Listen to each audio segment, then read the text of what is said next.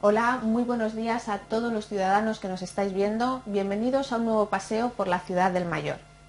Hoy vamos a hablar de un tema que cada vez tiene más importancia debido a la gran cantidad de personas que lo padecen. Vamos a hablar de las patologías psiquiátricas. Y es que 1 de cada 4 personas padecerá alguna enfermedad mental a lo largo de su vida. Según indica el Ministerio de Sanidad y Consumo, hoy en día las enfermedades mentales representan el 13% del resto de patologías y además el impacto que estas patologías tienen sobre las personas que lo padecen es aún mayor que otro tipo de enfermedades crónicas tipo diabetes, enfermedades coronarias o respiratorias. En este programa nos vamos a centrar sobre todo en la depresión y la ansiedad porque según un estudio de la Organización Mundial de la Salud, el 6% de la población durante el año pasado padeció algún tipo de este trastorno en algún momento. En la actualidad los expertos alertan de un aumento de las enfermedades mentales, que hoy lo padecen el 9% de la población española. Por otro lado, la Comisión de las Comunidades Europeas también ha anunciado que se espera que en el 2020 la depresión sea la enfermedad número 1 en el mundo desarrollado. Bueno, pues para charlar sobre estas cuestiones, hoy contamos en nuestro saloncito con 2 expertas que conocen muy bien este tema. Doña Cristina Gut, doctora en psicología, investigadora de la Universidad Complutense de Madrid y trabaja en CETAES, el Centro de Tratamiento de la Ansiedad y el Estrés. Muy buenos días. Buenos días. Y también doña Julia Vidal Fernández, psicóloga clínica y directora del Centro de Psicología Área Humana. Muy buenos días. Hola, muy buenos días. Bueno, pues vamos a comenzar con nuestra tertulia de hoy, con nuestras expertas, y vamos a hablar ahora al principio de la depresión. La primera pregunta es obligada a hacerla. ¿Qué es la depresión? Pues antes de explicar lo que es la depresión, vamos a explicar lo que es la tristeza, la emoción de tristeza. Todos sabemos que el miedo, por ejemplo, se produce cuando hay un peligro real. Si ahora apareciera un toro de Lidia por esa puerta, pues las 3 sentiríamos mucho miedo. Ahora, la tristeza se produce cuando la persona percibe o valora que ha sufrido una pérdida. Cuando teníamos una ilusión por algo y ya esa ilusión o esa oportunidad la hemos perdido.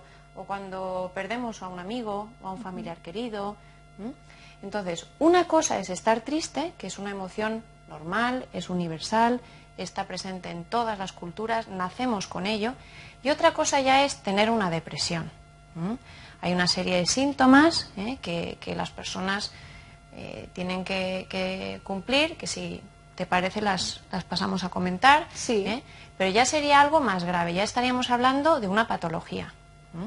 Entonces, para las personas que nos estén escuchando, que a lo mejor lleven un tiempo sintiéndose tristes, más de 2 semanas, si esa persona reconoce que está triste la mayor parte del día, casi todos los días, si siente que ya no disfruta de las cosas como antes, si ha notado que su peso ha variado, hay gente que cuando está triste come más y gente que come menos, hay gente que necesita dormir más y gente que no puede dormir. Hay personas que también se nota por su forma de moverse, que sus movimientos son más lentos, y otras personas que están como más agitadas. Otros síntomas pueden ser la fatiga. Si hay alguien que nos esté escuchando que es que se nota que ha perdido la energía, que todo le cuesta el doble, que incluso tiene pensamientos sobre la muerte. No quiere decir que haya pensado en el suicidio, pero sí pensamientos del tipo, si es que, ¿para qué vivir así? Ya. Entonces, bueno, si una persona sufre 5 o más de estos síntomas, o por ejemplo la incapacidad para concentrarse, para tomar una decisión, el sentimiento de culpa, un sentimiento de inutilidad muy grande que le pasa a muchas personas mayores, pues si esa persona cumple más de 5 o más de estos síntomas, podríamos estar hablando de una posible depresión. ¿Cuáles son las causas principales por las que se puede caer en una depresión? Una de las causas principales es la forma en la que interpretamos la vida. Hay personas que tienen un pensamiento más realista, más positivo, creen que van a poder resolver cualquier cosa que se les presente, pero hay factores que son muy importantes, por ejemplo el apoyo social. Se sabe que cuantas más personas tengas alrededor, va a ser menos probable que tengas una depresión o que si la tienes salgas antes de ella. También la inactividad, y esto en los mayores pues sucede con demasiada frecuencia.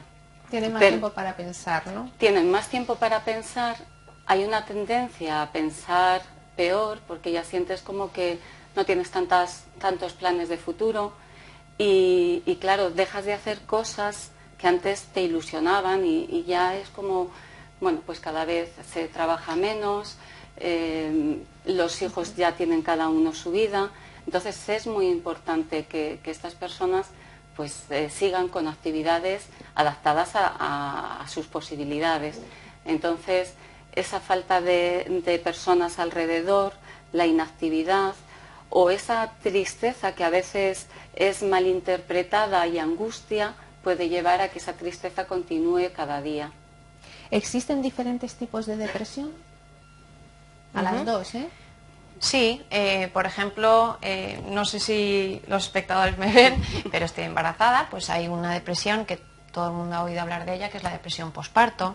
Esa depresión suele estar más relacionada con las hormonas, y con el tiempo se suele pasar. Otras, hay distintos tipos de depresión, por ejemplo, podríamos hablar de una depresión moderada o una depresión severa, dependiendo de los síntomas que hemos comentado anteriormente. También hay depresiones relacionadas con la estación del año. Hay gente que cuando llega el otoño, el invierno, el frío, el día tiene menos horas de luz, pues hay gente que eso les afecta. Es muy importante también un componente genético. Se sabe que se dan más casos de depresión cuando en tus familiares también lo ha habido. Y aunque se pueda aprender un estilo de afrontar la vida o de pensar, pero también la genética influye. Y por eso a veces pues es necesario tratar ese aspecto más biológico, pero bueno, luego hablaremos de eso. ¿Ahí estaría la depresión, la diferencia entre depresión endógena y exógena que llaman? Bueno, está hecha esa clasificación y cuando se cree que tiene un componente más biológico, más que hormonal, más que por tu forma de pensar o por la inactividad o otros factores que la causan, pues podríamos hacer esa división. Y me imagino que para prevenir la depresión, a lo mejor una depresión que viene de dentro, de factores genéticos, es más difícil a lo mejor de pararla que la otra. ¿O? A ver, lo importante es entender las cosas, ¿vale? Cuando entendemos que a veces no nos sucede nada alrededor, entendemos que nuestra vida está bien, que la gente nos quiere, pero que hay un sentimiento de tristeza muy intenso, pero le damos la importancia justa, lo consultamos con un especialista y lo tratamos, pues bueno, se puede prevenir igualmente, es entender.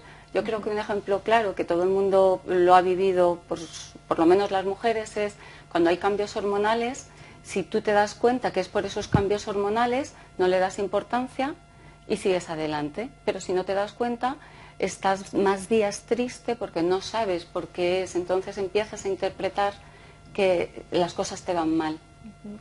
¿Y se puede curar la depresión o es algo que se hace crónico al final?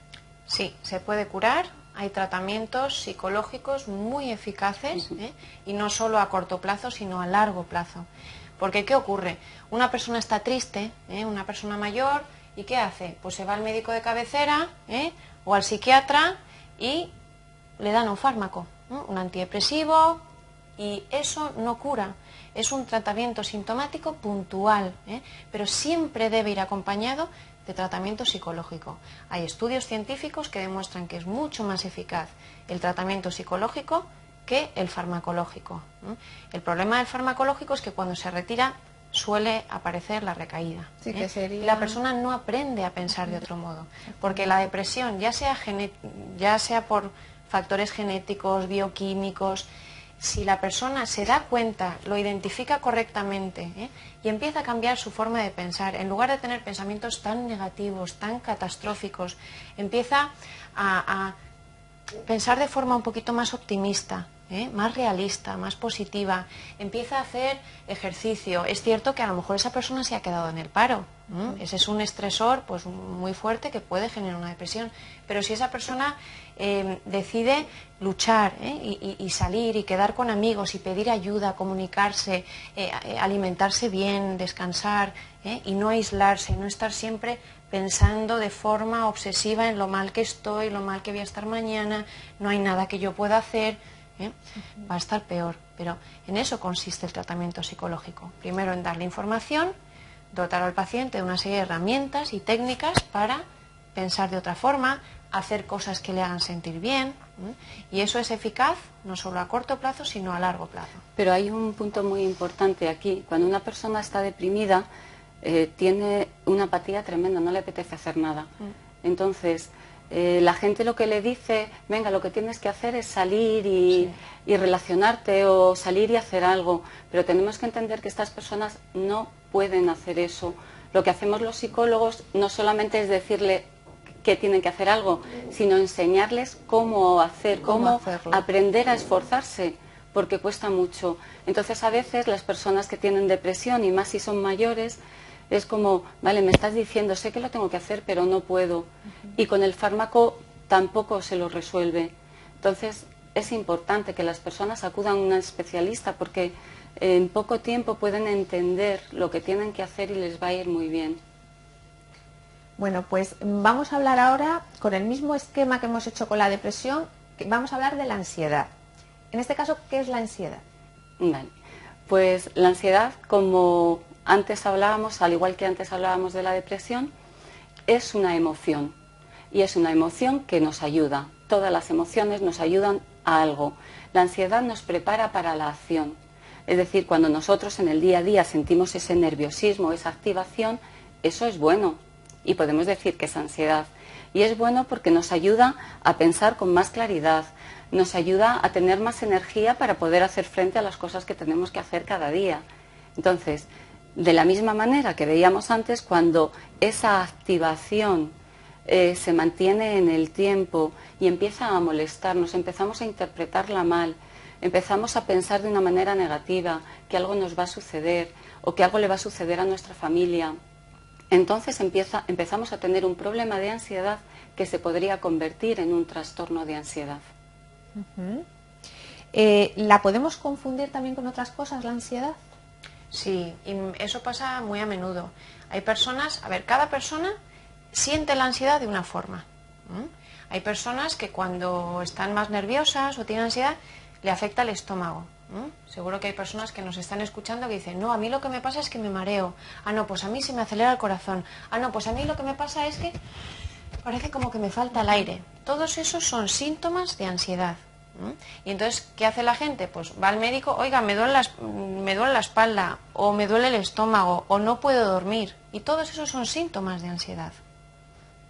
Que en ese caso sería bueno acudir a un psicólogo. Exacto. Que nos enseñen lo que decías antes, comentabas, que nos enseñen a tratarte de alguna manera, de manera pues más bien psicológica, más que tomándote una pastilla.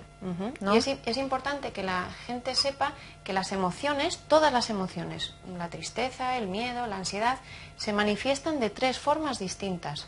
A nivel de pensamiento, cuando tenemos ansiedad, ¿qué es lo que estamos pensando? Estamos pensando cosas del tipo, ¿y si ocurre algo malo? ¿Y si mi hijo no me ha llamado y llega tarde porque le ha pasado algo? ¿Y si ahora que estoy esperando a que me den los resultados del análisis tengo la tensión más alta? ¿Y si? Es decir, cuando anticipamos un resultado negativo o una amenaza.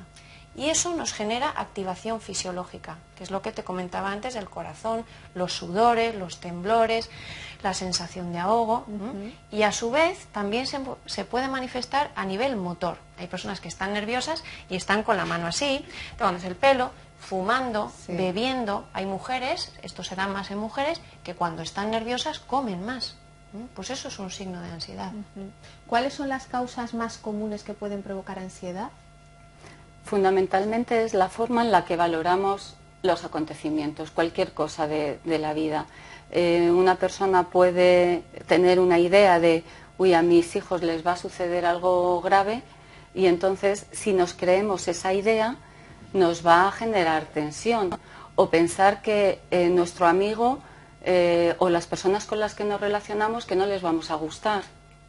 eso también nos va a causar ansiedad. Entonces, bueno, pues los pensamientos, digamos que es la forma de interpretar las cosas es lo que nos va a causar ansiedad. A veces también a nivel biológico estamos más activados o pues tenemos dolores musculares, a veces alrededor del pecho, lo que llamamos opresión precordial, y podemos creer que nos va a dar un infarto y eso nos va a causar una respuesta también de ansiedad. Y simplemente son síntomas. Por eso, saber diferenciar entre lo que es un síntoma de activación o de ansiedad de lo que es una enfermedad, pues nos ayuda a tranquilizarnos. ¿Y hay diferentes tipos de ansiedad o sería en función también a lo que nos pasa fisiológicamente o hay catalogados tipos de ansiedad? Yo quería añadir a la pregunta anterior también el tema del estrés o el tema de un cambio importante en la vida de una persona, ¿eh? Cuando sufrimos un cambio y cuando las personas se van haciendo mayores, sufren muchos cambios. Ya no ven igual que antes, ahora empiezan a tener dolores de espalda, las rodillas les duelen, ya no duermen las mismas horas que antes y a todos esos cambios hay que ir adaptándose. Esos cambios o ese estrés suele generar ansiedad, ¿eh? Pero no hay que asustarse. Lo que decía Julia, son síntomas benignos, ¿eh? Ahora, si los interpretamos como que son peligrosos, nos vamos a asustar más y pueden aumentarse o mantenerse en el tiempo. Y con la edad se ha demostrado que las personas mayores tienen entre 2 y 3 veces más ansiedad que la población general. Igual que la depresión, las personas mayores tienen 2 y 3 veces más depresión que la población general. Y eso tiene que ver también con la pérdida, lo que hablábamos antes, la pérdida de la capacidad de hacer todas las cosas que hacían antes. Claro, una característica de las que nos va a pasar a todos en algún momento de nuestra vida, pues que antes podíamos hacer cosas que dejamos de poder hacer. Entonces, la movilidad es peor, podemos tener más dificultades para ver, para oír. Entonces, tenemos que ir asumiendo continuamente pequeñas pérdidas. Ya empezamos con 40 años a dejar de ver con la vista que teníamos antes y a necesitar leer la carta de un restaurante con unas gafas. Ahí empieza todo y es una continua sensación de pérdida y también de más angustia porque esos cambios también se traducen en nuestro día a día en ir cambiando cosas, ya no podemos hacer esto de esta manera, hay que hacerlo de otra.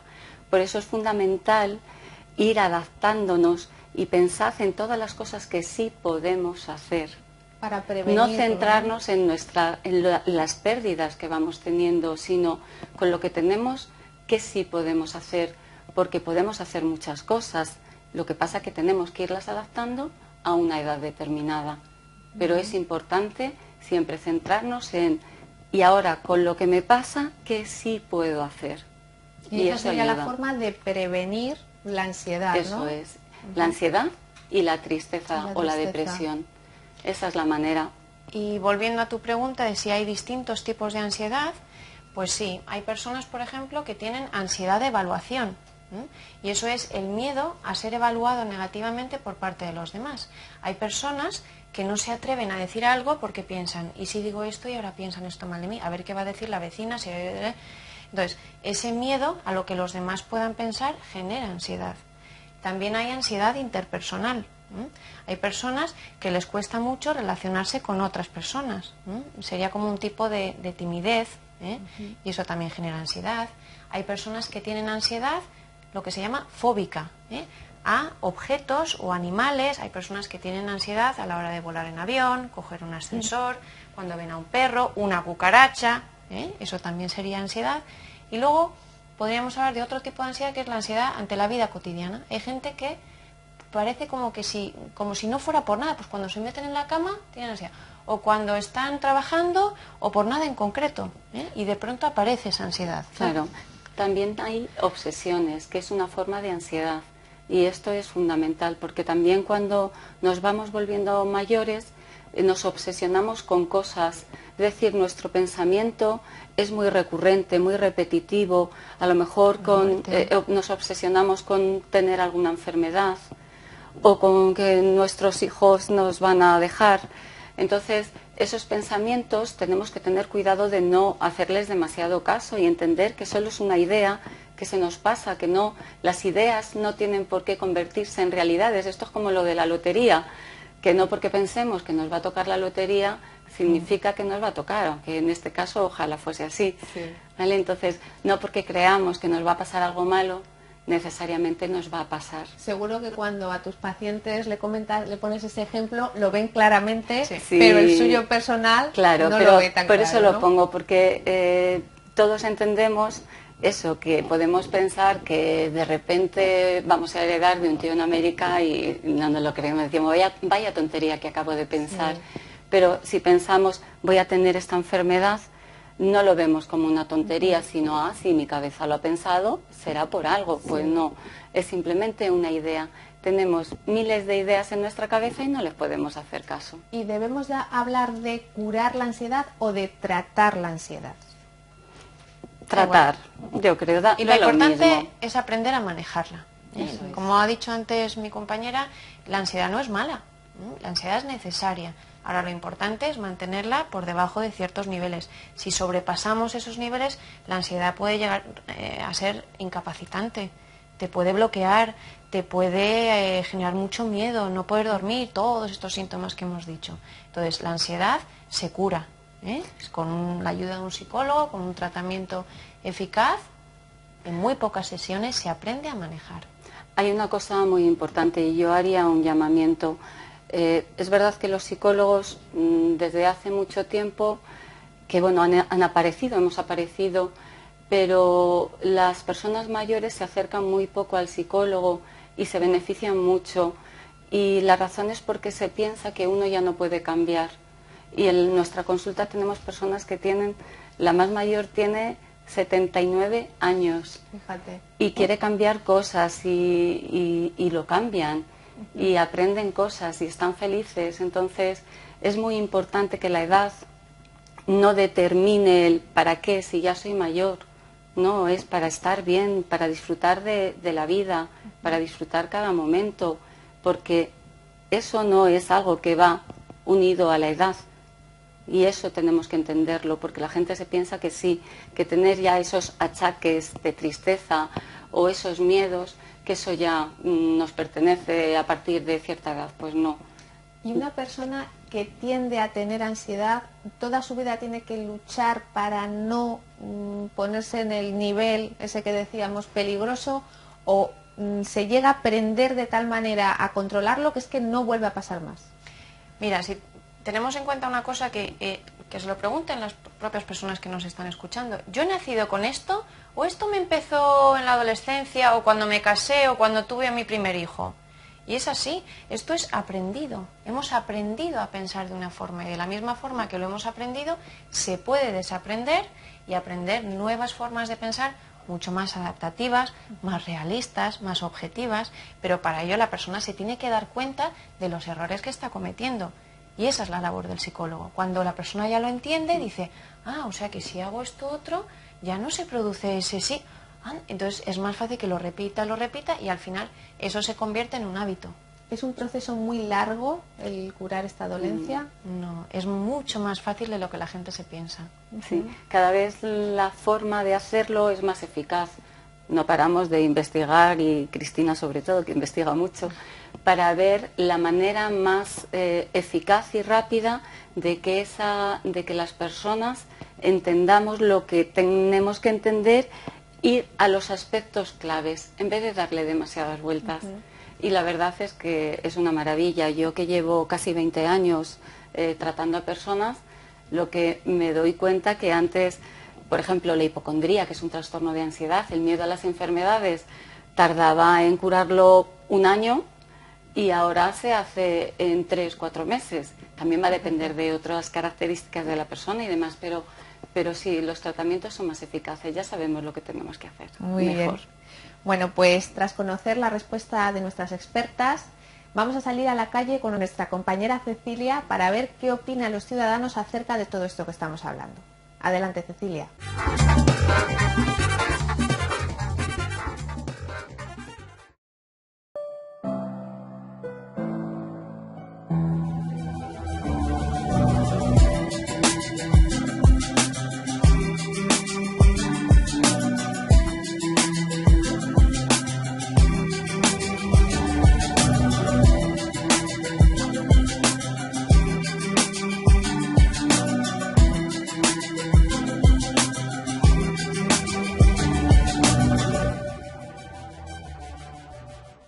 Hola Nieves, hemos salido a la calle para preguntarle a la gente si creen que en los últimos años han aumentado los casos de ansiedad y depresión y por qué creen que ha sucedido y si los mayores lo están padeciendo más que los jóvenes. Hoy día hay muchos más casos de ansiedad y depresiones que en tiempos pasados. Antes, como las familias vivían más unidas, pues aunque eras mayor te tenías que seguir ocupándote de tus hijos, de tus nietos, entonces tenías pues eso, más cosas en que preocuparte que ti mismo. Ahora, como pasan más tiempo solos, pues sí que puede ser que estén con más depresión por eso, porque tienen más tiempo para darle vueltas a la cabeza. Es falta de amor en el mundo. El mundo está muy verdaderamente, hablando así en plata, egoísta. ¿Cómo lo ves en las personas mayores el tema de la ansiedad y la depresión? El tema de la ansiedad y la depresión en las personas mayores lo veo que cada vez se sienten más solas. Normalmente cada vez es la juventud y los adultos tienden a dejar a los ancianos en un segundo término y eso considera que muchas personas mayores se sientan deprimidas. ¿Y por qué cree que es?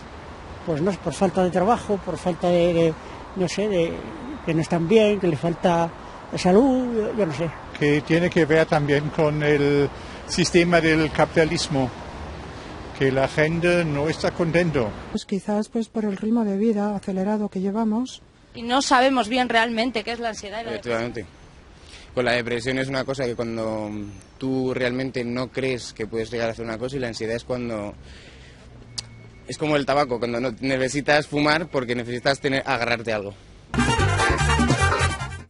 Bueno, pues después de haber visto el reportaje, ¿qué opináis acerca de lo que acabamos de ver? Pues que tienen mucha razón. Es verdad que la vida se ha modificado muchísimo y las personas mayores cada vez están más solas porque además sus hijos viven más lejos y están más ocupados y cada uno vive en casas diferentes. Eso genera pues aislamiento y el aislamiento no es bueno. Y bueno, pues que la gente sabe de lo que habla. También si nos basamos en datos científicos, sabemos, por ejemplo, que la depresión en los últimos 40 años se ha multiplicado por 10. Sí. Sabemos que hay más depresión en las personas que viven en ciudades que en pueblos. En pueblos, zonas más rurales. Y también que hay más depresión y más ansiedad en personas viudas o viudos o sin pareja que en personas que están acompañadas. Y eso es un dato que también sucede a cualquier edad, pero en los mayores, pues, como se incrementa por la edad, pues, más todavía. Y un dato muy curioso, se sabe que, bueno, las mujeres que nos escuchen lo saben perfectamente, que las mujeres tenemos 2 y 3 veces más ansiedad que los hombres. Ahora, a partir de los 65 años, esas diferencias se equiparan. Es decir, los viudos tienen más depresión que las viudas. Los hombres que no se han casado, que siguen solteros a los 65 años, es más fácil que se depriman que las mujeres solteras.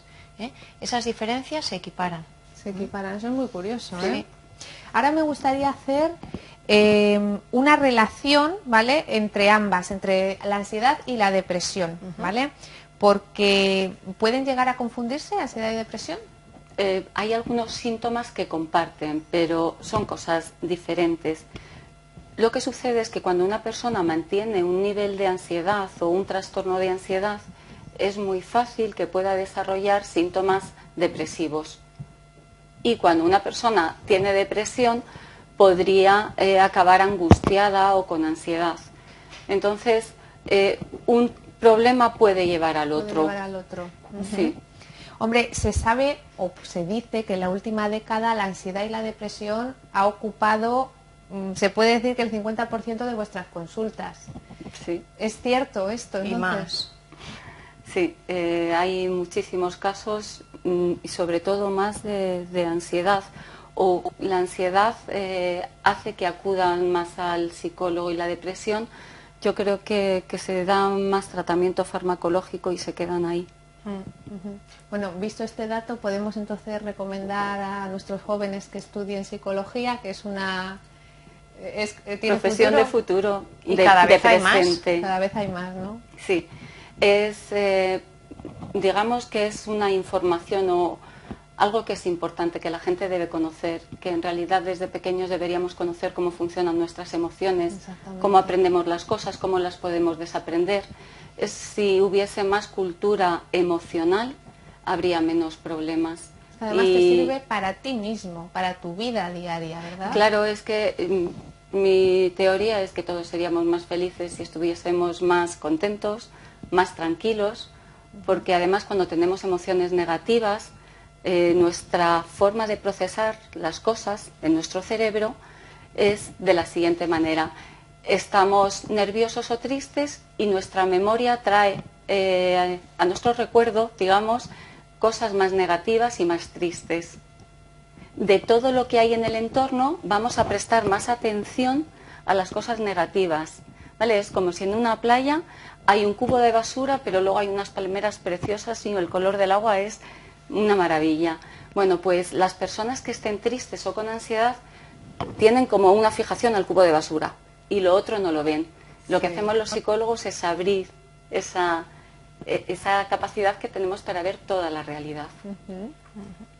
Y otro dato importante es que al igual que en otros países, como en Gran Bretaña, en Estados Unidos, en Australia, se están incorporando psicólogos en atención primaria, que es algo muy necesario en nuestro país, en todo el mundo.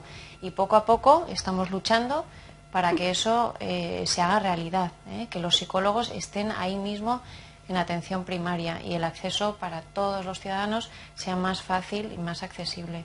Porque también se sabe que las personas con mayor ansiedad y mayor depresión van a tener más problemas médicos, porque hay una relación importante entre cómo nos sentimos y cómo está nuestro cuerpo. Y eso, bueno, pues poco a poco iremos mejorándolo. Muy bien. Bueno, pues hasta aquí ha llegado nuestro paseo de hoy, en el que hemos conocido un poquito más lo que es la depresión y la ansiedad, dos tipos de patologías psiquiátricas de las que seguiremos hablando en futuros programas, que desde luego están llamadas a ser las enfermedades del siglo XXI. Pero antes de marcharnos, quiero que mis invitadas me comenten, porque tenéis una página web, ¿verdad? Sí, para todas las personas que quieran ampliar un poquito más la información que hemos ofrecido hoy, tanto Julia como yo somos voluntarias de la Sociedad Española para el Estudio de la Ansiedad y el Estrés, la SEAS. Y como pueden ver en pantalla, ahí aparece la página web y allí van a encontrar todo tipo de información sobre qué es la ansiedad, la depresión, el estrés, y hay un apartado donde la gente puede acudir y hacer cualquier tipo de consulta gratuita. Y se le va a enviar a esta persona información orientativa sobre lo que le ocurre. Muy bien. Bueno, pues y también os recuerdo que para mandar cualquier tipo de consulta tenéis a vuestra disposición el correo del programa, que es lcm@mundomayor.com. Bueno, pues muchísimas gracias a las dos por habernos acompañado. Y bueno, queridos ciudadanos, por hoy nada más. Les esperamos en el próximo programa y recordad que todos seremos mayores algún día. Muchísimas gracias.